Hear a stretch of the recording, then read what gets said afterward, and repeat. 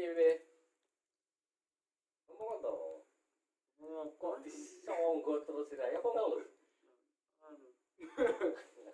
Iku alik ya. Apa nyambut gawe? Nyambut gawe. Nyambut gawe.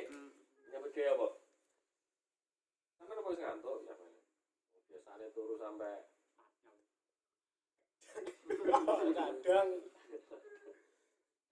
Kadang piye Bang? tak balik nih yo, maksudnya ketika kita menggunakan sakral atau seragam organisasi PSHT itu nek gune untuk ditampilkan di media sosial itu seperti apa sih?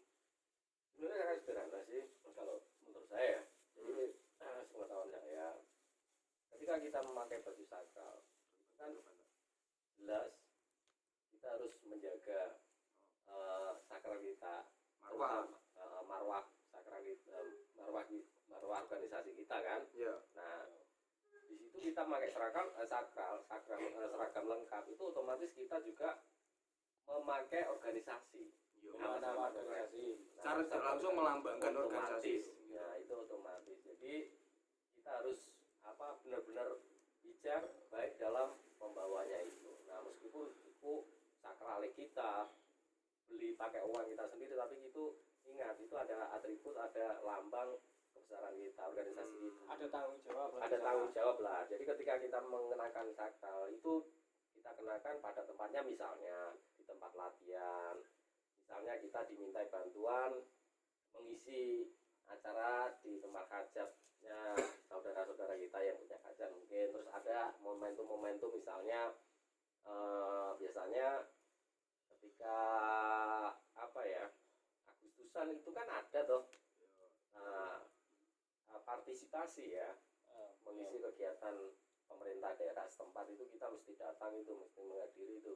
Nah, kita tunjukkan di sana ada biasanya kita menggunakan sakral lengkap dan kita beraksi di sana, atraksi ya kan.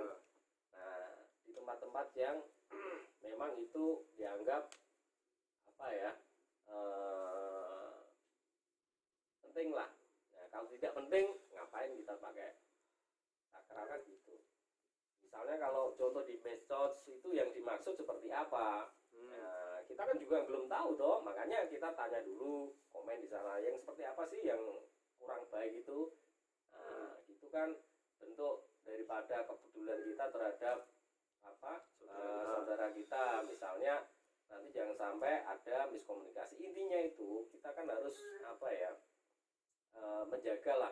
menjaga persaudaraan, jangan sampai dengan masalah medsos kita beda pendapat, kita nggak cocok dengan sikap dia, nggak cocok dengan muatan dia, itu langsung kita menjadi, jangan. Kita konfirmasi dulu, kita klarifikasi dulu. Nah, itu seperti apa.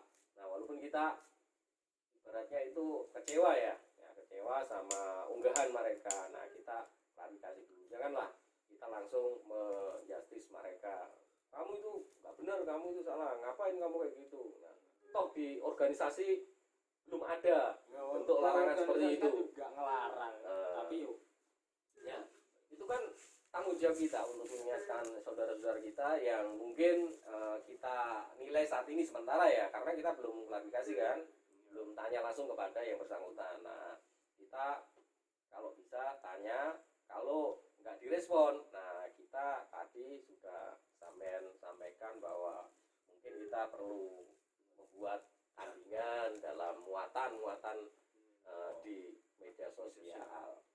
Berarti ini dari admin PSHT News dan kawan-kawannya membuat himbauan seperti ini harus jelas menunjukkan contoh yang tidak etis itu seperti apa. Mungkin kita kan juga mungkin kurang update ya dalam mengikuti perkembangan terkini seperti apa, apalagi di organisasi kan lagi ada masalah tuh. Kalau menurut saya bukan masalah, ini musibah ya. Kita prihatin dengan kondisi saat ini kan gitu ya. Mudah-mudahan kita bisa melewatinya, kita bisa menghadapinya dengan baik dan tidak ada yang dirugikan. Jangan sampai organisasi kita itu terbelah oleh oknum-oknum yang tidak bertanggung jawab. Nah, gitu loh, rasa persaudaraan kita yang sudah kita bina sejak mulai siswa sampai jadi warga terus setelah jadi warga kok nah karu-karan kan prihatin loh. Itu udah jelas menyimpang dari aturan EJA. Ngoten nggih? Mas Politi. Siap Mas. Ngoten apa mboten? Mawon. Nggih ngoten. Menurut piye, Mbak? Yus emang kayak ngono Mas. Nek menurut batasan-batasan yang gune organisasi wis cukup jelas. ADART ya wis mengatur opo wae sing oleh dipublish, opo wae sing enggak oleh dipublish. Selama kuwi enggak menciderai marwah organisasi, opo organisasi yo menurutku fair-fair wae yo. Kan mengekspresikan diri dalam bentuk apapun kan yo sah-sah di undang-undang selama kuwi tidak melanggar. tidak melanggar undang-undang sing berlaku misalnya terlalu Jadi memang terlalu apa ya?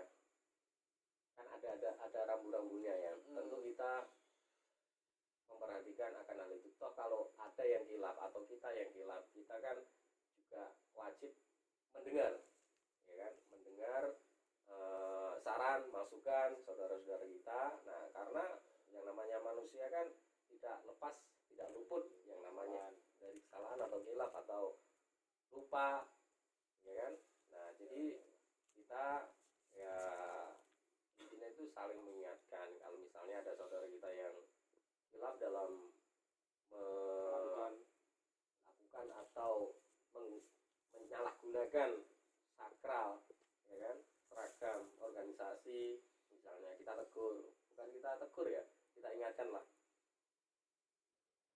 Kalau tegur nanti teguran 1, teguran 2, terus akhirnya teguran 3, diskualifikasi.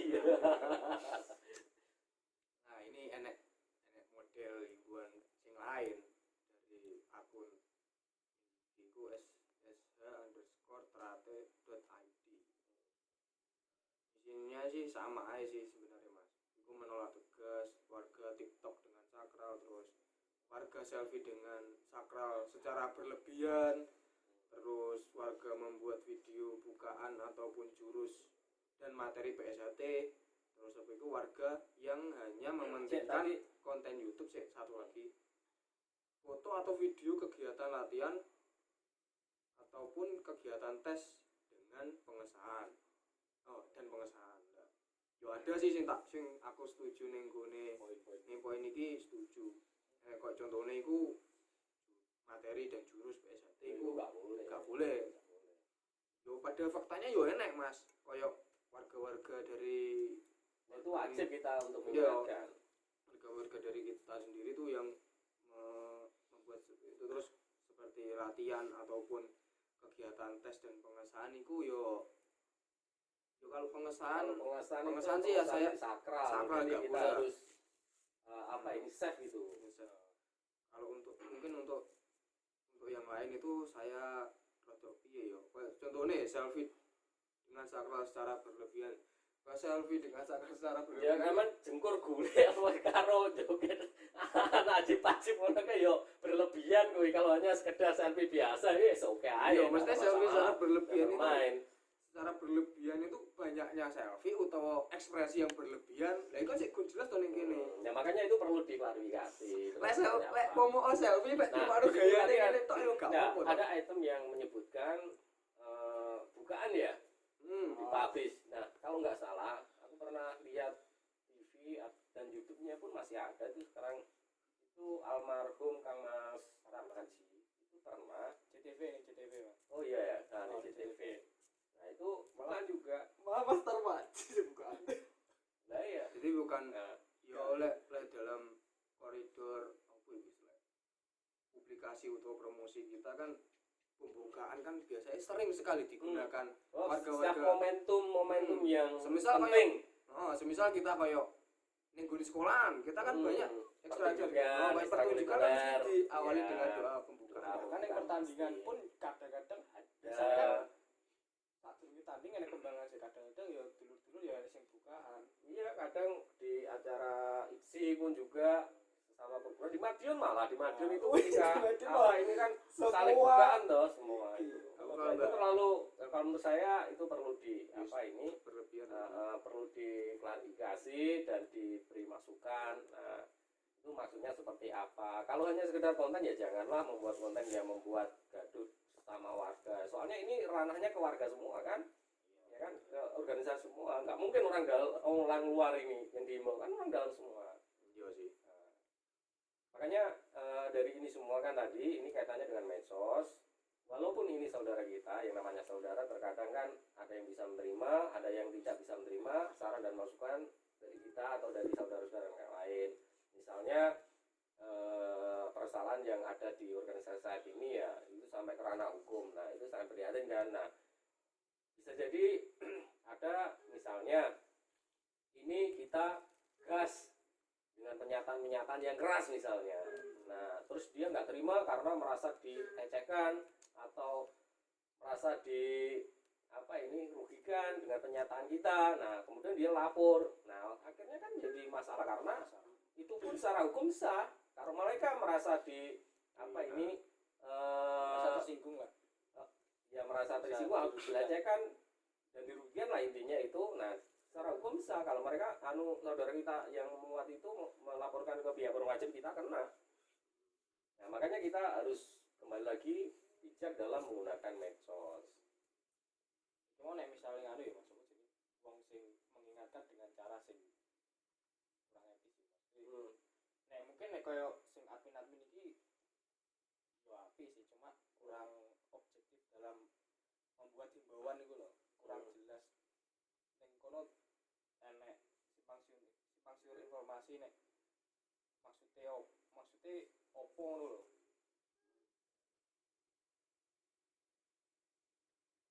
Jadi itu tadi kita jangan telan mentah-mentah apa yang dimuat oleh saudara-saudara kita di medsos. Ya, kita perhatikan, kita komunikasikan dengan saudara-saudara kita yang dekat. Ini piye lur, kita diskusikan kok aneh kok ngene. Ya itu kan bentuk daripada secara nggak langsung itu bentuk daripada kepedulian kita terhadap saudara-saudara kita terutama. Kemudian ke organisasi, karena ini menyangkut organisasi juga kan secara nggak langsung sih. Iya. Nah, itu secara langsung dengan organisasi. Nah, jadi kita perlu sering-sering komunikasi, bersilaturahmi dengan saudara-saudara kita. Jangan cuma kita sudah disahkan jadi warga lalu kemudian kita hanya selo, ya kan? Jangan sampai, karena tujuan kita masuk Indonesia itu apa toh? Ya. Jadi itu sudah jelas, makanya kita harus bisa merawat, karena merawat itu sangat sulit. Kalau gawe itu, kalau di latihan terbilang berat, tapi sejatinya itu ringan. Kenapa saya katakan ringan? Karena apa? Sejatinya yang harus kita bisa lakukan itu adalah merawat apa? Rasa apa? Persaudaraan kita. Percuma kalau kita nggak bisa merawat persaudaraan lalu kita jadi warga, ngapain? Nah, di perguruan Indonesia kan yang diutamakan itu adalah persaudaraan, lainnya bonus kan, katanya seperti itu. Nah, memang ajarannya seperti itu. Ya. Pencak nomor sekian, Persaudaraan. yang diutamakan apa? Persaudaraan kan. Makanya jangan sampai terjadi konflik di antara saudara yang satu dengan yang lainnya, terutama kita ketika ada masalah, ketika kita kurang puas, ketika kita merasa bicara sama saudara kita, nah kita datangin, walaupun kita merasa dianggap bersalah misalnya, walaupun kita nggak bersalah tapi dianggap salah, kita datangin kapan, maksudnya gimana lur? Nah tolong dijelaskan, so ngerti aku hilaf misalnya, kleru benerno. Nah itu tujuannya saudara itu. Nah kita saling mengisi, saling sadar diri. Oh iya, untuk si apa iku jenenge mbak-mbak utawa mas-mas pegiat TikTok sing nggih sakra yo ngerti lah maksudnya koridor utawa batasane. Kalau misalnya mereka ada yang berlebihan langsung aja tegur. Kita ingatkan, Enggak, maksudnya Mas, untuk mereka sendiri loh, maksudnya yo ngerti itu ada batasannya Anda itu berekspresi. Nah, Soalnya Anda membawa nama organisasi Iya. ketika Anda menggunakan sakral. Dalam konteks ini ngono. Ketika Anda menggunakan sakral terus tiktokan joget-joget erotis yo kan yo kebaca. Oh. Itu sudah menyalahi Anda. Anda boleh berekspresi tapi Anda itu Iya. salah menempatkan diri. betul, bisa dikatakan gini, taruhlah kita Ini gak apa-apa. apa itu? Apa yang mau? Ini gak apa-apa. TikTokan. Ini gak mau ge sakral baru ge kata gemes sih gak masuk akal itu bisa. Ya kita saling menjaga apa sakral kita lah, seragam kita karena apa itu baju kesukaan kita. Nah, kita baju biasa dengan menggunakan sakral itu beda rasanya. Kalau menurutku loh ya. Nah, itu beda. Nah, entah zaman-zaman gimana. Kalau aku sendiri biasa dengan pakai sakral itu beda. Bedanya apa? Istilahnya kayak pede gitu. Ada loh, kebanggaan Ada tersendiri lah. Kebanggaan tersendiri. Memperjuangkan diri untuk mendapatkan sakral itu kan juga tidak